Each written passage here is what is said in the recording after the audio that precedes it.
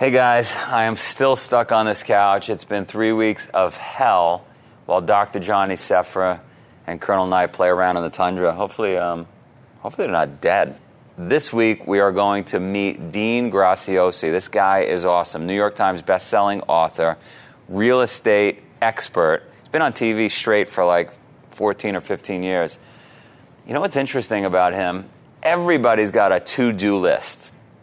This guy's got something different that I think we can apply to all our lives.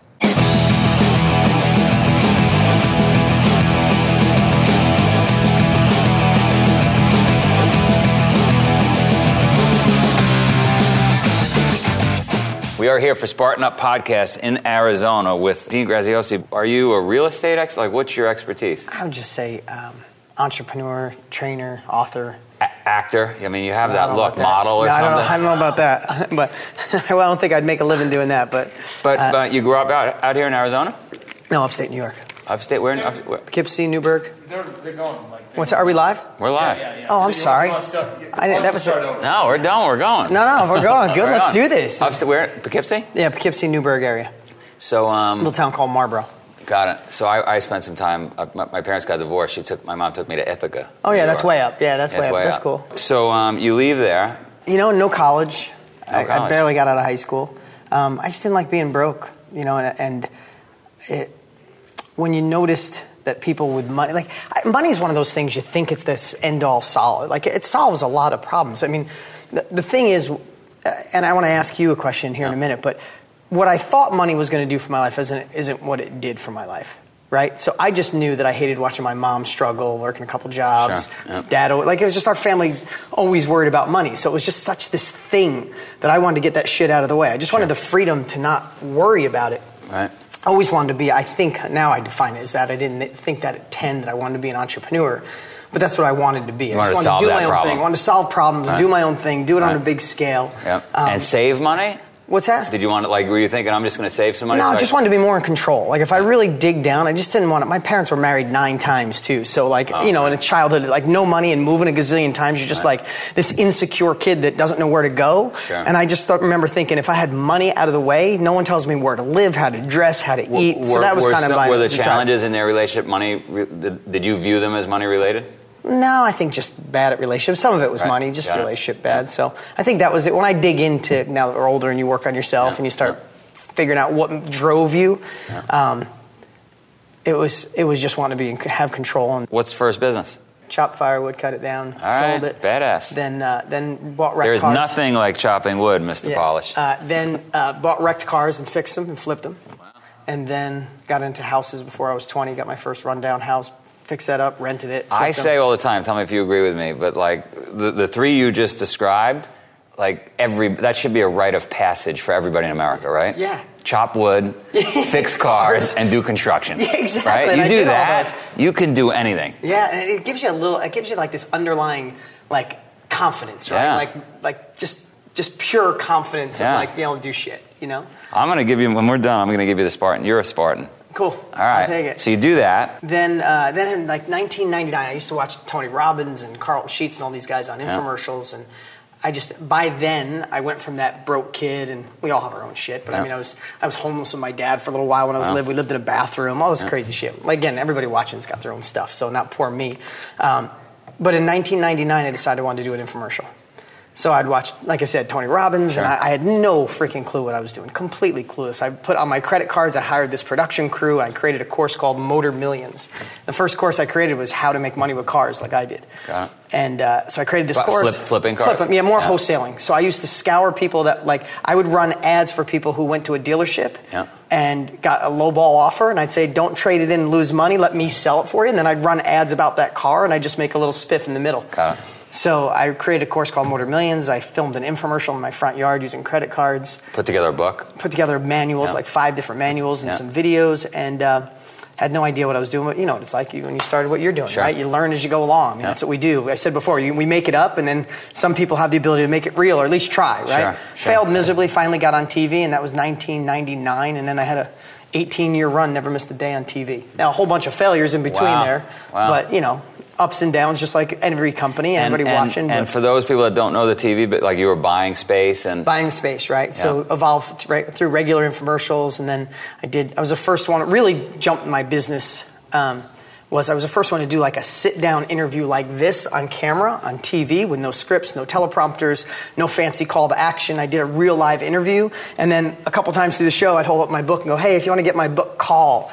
And that show took me from... that show, no one had ever done a show like that. But this was cars, that show? No, that was real estate. Real estate. Yeah, my book. It was for my book, Be a Real Estate Millionaire. Sold 1 million copies of it. Wow. And really, from that infomercial and in bookstores. Got it. So that was a big game changer. It was a game changer. That's a game changer. It was a game changer. And why the switch to real estate?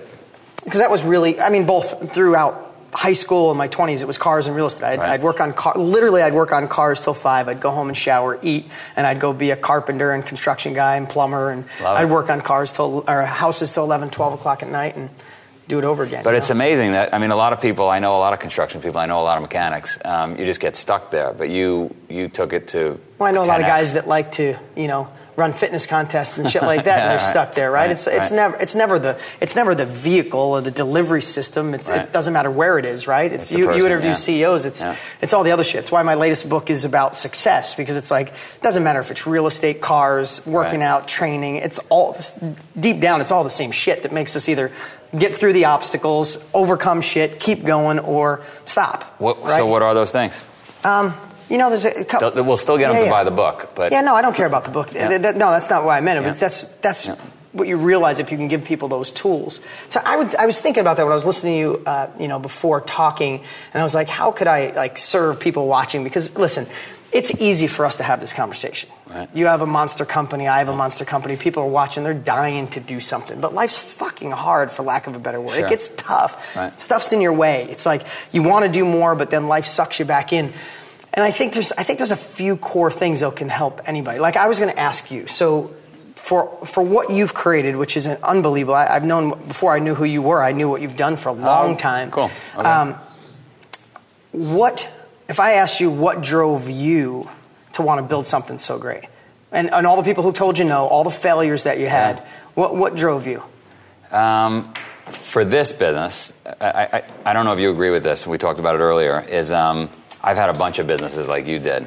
The first 25 years of business for me, the purpose was all about money. Mm-hmm. I wanted to make money. Just like very similar story. This business was purposeful. This was, I want to rip people off the couch. Yeah. I want to get them healthy. Because that's fun for me. Yeah, yeah. I had everybody totally here, get it. I had everybody here doing burpees today. Yeah, that's fun for me. I love torturing people. Yeah. In a good way. Yeah. Right? To make them better. And if we could be sustainable, in other words, have a business that actually generates income doing that, I'll fly out of bed. Forget about getting out of bed in the morning. Yeah. Right? I'll levitate out of bed. Right. So if that was a question, so why is changing people's lives important to you, if you don't mind me asking? I guess I watched my mom do it. When we were younger, she got into yoga, meditation, health food, and she was considered a crackpot. But she would rope some people in. And when she roped them in, it would transform them. And I guess I grew up around it, became part of my fabric. And I just love pushing people, but you're my psychologist here. It also helps me. Yeah, of course. Right? If I'm pushing you, I'm going a little further. So we suffer together. Yeah. So and I don't mean to act like a psychologist, no, but it's fine. so many people even watching this, they know what they don't want out of life. Right? Any entrepreneur I've ever asked, so have you. I've been blessed to meet some amazing people, top athletes. Like when you talk to someone who's been successful and you ask them why the hell they're doing it, they know. Right? And the why also goes with the what. Like, what are you doing it for? Right? Most people, and I've been doing this for years, right? So I don't want to sound like a stump speech, but like, if you ask 10 people you know, regular, like average friends and family, what they don't want out of life, people will ramble it on. I don't want this, I don't want that, I don't want the job, I don't want to be overweight, I don't want my wife to bitch at me anymore, all this stuff they don't want. And if you stop them mid-sentence and you say, well, what is it that you do want? 9 out of 10, I've done this with thousands of people, will say, that's a really good question. So we're a bunch of Ferraris going fast with no GPS, right? I love that. And when you look at somebody who's, and you'll know this because you've interviewed so many great CEOs, when you talk to somebody who's successful, they know where they're going, they know they have vision and clarity, and they know why the hell they're doing it, right? And most of the time, if your why comes from your head, and why is an overused word now. Sometimes I hate even bringing it up, but it's true because most people have this mission statement of their company. They think that's their why. It's not. I mean, for me, my parents were married 9 times and we were broke. I hated getting made fun of my clothes. I wanted my kids to have choices, and I wanted to be in control. I hated being in a house that I love and have to leave or getting evicted from a trailer because we didn't have the money. Like, I don't like that shit. So when someone asks me real quick, I might say, well, I wanted to create a mission. I wanted to change the industry. I wanted to leave a legacy for my kids. That's all true. But when I share from my heart, and when you share from your heart, and I'm never going to go backwards. I don't want to have anybody tell me how to work, when to show up, how to dress, how to talk, not how to raise my kids. Like, I don't want to do so. Again, when people feel they don't have time, to me, it's not a time management system they need. They just need clarity on where they want to go, so they start saying no to shit that they shouldn't be doing. Like, if you look at busyness, a lot of times it's because you're saying yes to too many things. If someone's watching you, then they have a desire for more, or they're already doing more, right? Sure. So they're the people that are used to saying yes. Yes, I'll do the extra. Yes, I'll work later. Yes, I'll take care of the kids. Yes, I'll help my friend. And a lot of times it's spending the time to get clarity on where you want to go, know why you want it, and then figure out what the hell you need to say no to. Right, so you can I'm hook, line, and sinker. I'm with you. Yeah. The question I have for you, because this is something we actually preach, true north, right? My question for you is, because I know this, and I said this before, it can change. Absolutely. Right. So for 2 years, 5 years, 10 years, it could be, this is my purpose, this is what I'm doing. But I agree, if I say to people, if you don't know where you're going, you're not going to get there. Yeah. Without a doubt. I mean, you're going fast in a car with you don't have a destination. So I'll be honest with you. I don't love working out, but I work out every day. Right? I was in California this morning. I only got a couple hours sleep. I still got up at 5. Nice. Went to the gym, took a walk on the beach. I don't love working out, but so I guess here's what I want to say. Use any hack possible. We should talk about that first. Any hack possible just to get movement to do something. For me, the current why I work out is because in my family I have an 8 and a 10-year-old. It's just what their parents do. I don't have to. I had to learn to be healthy. I had to learn to eat smart. I had to learn to work out. I had to force myself. My kids see it every day. They know Dad goes to the gym at 5:10 every single morning. I come home. They know I have a morning routine with my green drink and oils, and they know I go to the gym. I come back. I cook them breakfast. Sweaty almost every day. Right? They know that. So the days I don't want to go, I know why the hell I'm doing it. I want my daughter and son to look at it and just go, "That's what our family does." Right? So. Again, you're right. Your why changes. I worked out 20 years ago because I wanted chicks. Just being honest or whatever. You wanted to meet people, you wanted to look good, whatever it is. Just if you're always evolving you're going after your vision and attach the right why, it gets you out of bed. So you might change destinations, but you got to have it loaded in the GPS. Exactly. Yeah. I agree with that. And I do the same thing with my kids. The kids got to see it. I go one step further. I was telling Joe, I bring in a kung fu master to that's awesome. beat them in the morning. That's really every day? Every day. No, you don't. 7 days. That's a whole other story. How old are they? Well, this started when they were 4 and 5. So it's been going on for a while. Yeah. Do they ever hate you in the morning, or are they cool? They hate me pretty much every morning. Yeah. But it's routine. It's routine. I want it like brushing teeth. Is what we do. All right. So you brought up something great. You said you got to prioritize, basically, and you got to figure out what to say no to. Expand on that one. Yeah, so I would just say that the easiest thing to do, I still do this literally every quarter. I'd even say it to you, is make a not to-do list. Like, everybody has a to-do list, right? Everybody's got all the shit they want to do, but there's nobody watching that's got an extra 5 hours a week. Right? Sure. We're all scraping for time. Unless they're following Tim Ferriss's 4-hour work week, in which case they... Yeah, I was with Tim when he wrote the 4-hour work week, me and Joe, and he wasn't working 4 hours. I love Tim. I'm messing with you. Tim is a badass. Yeah, I'm with you. Yeah, so here's what I'd say, is as archaic as this might sound, carry around a piece of paper. If you want to do it on your phone, and this week, just jot down all the stuff you do. And when you get done looking at what you do, when you think you don't have time, there's just stuff on there you shouldn't be doing. So the way I look at it is and I do this, I try to optimize everything in my life. You know what it's like running the size company you have. You need every second. And when I have an extra second, my kids get it. Sure. Right? So I want the time. I'm leaving here. I'm going to go coach baseball. Tomorrow's softball. Sunday is dance. I'm going to be at all of them. So what I do on a regular basis is literally write down what I do. And then I just write down next to it, what should I quit?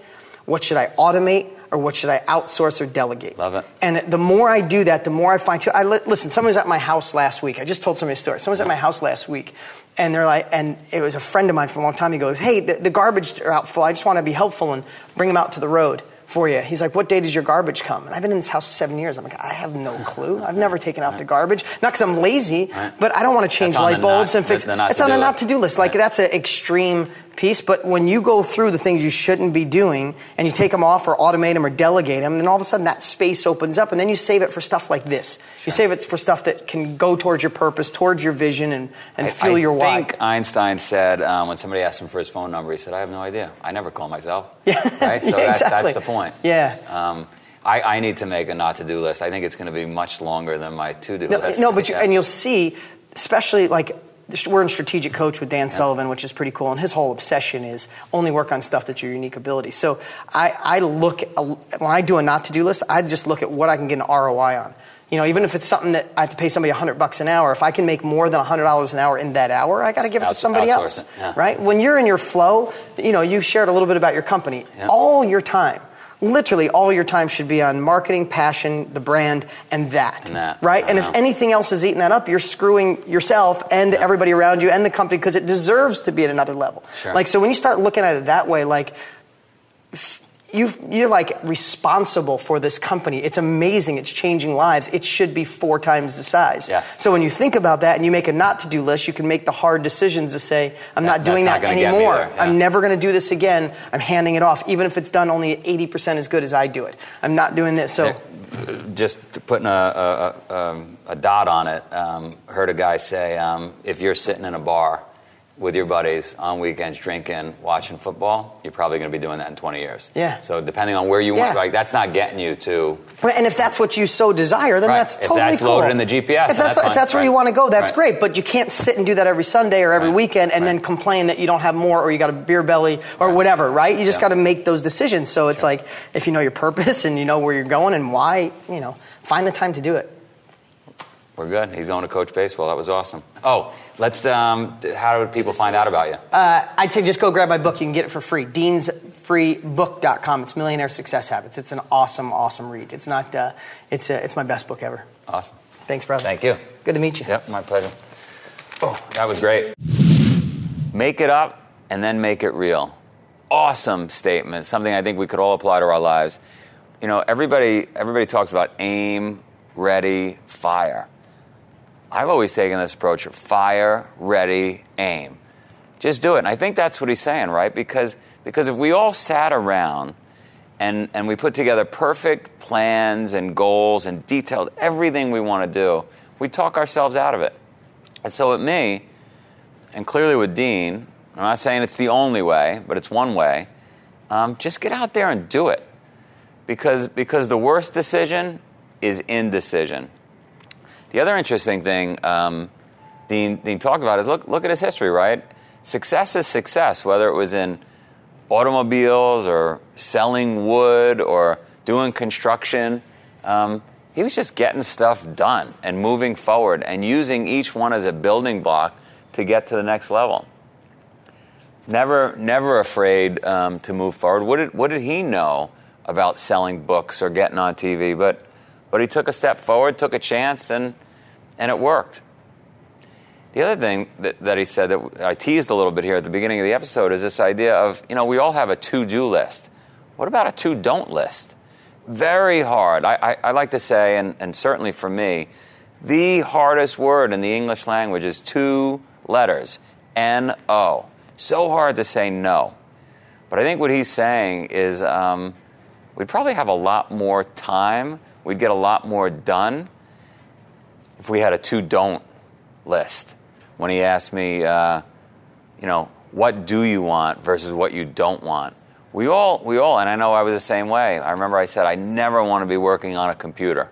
I always want to be working outside. And I think we all could quickly list what we don't want to do. But I think it's hard when you get pushed to answer the question of what do we want to do?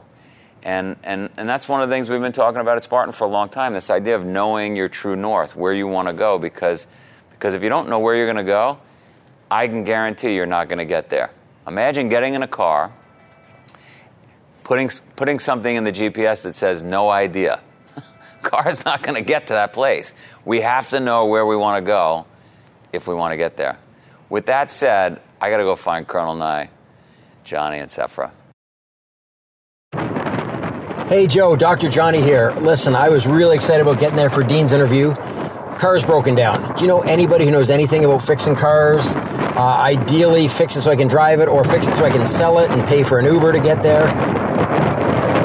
Hey, guys, well, my instincts were right, man. The Falcon told me that Johnny's stuck outside of his car, and Colonel Nye looks like we got to go pick him up in the airport. So me and my sled team, we're getting packed up and ready to go. We're going to go rescue these guys, and Joe, Marion, we'll see you soon. Joe, Colonel Nye here. I just landed. Damn, man, it's cold out here. They just picked me up in a dog sled. We're headed to you, Aru. Thank you for watching another epic story of success. If you like our message, please share Spartan Up with your friends and subscribe on iTunes, YouTube, or wherever you catch our show, maybe in the woods. Spartan Up is brought to you by Spartan Race. To find a race near you, visit Spartan.com.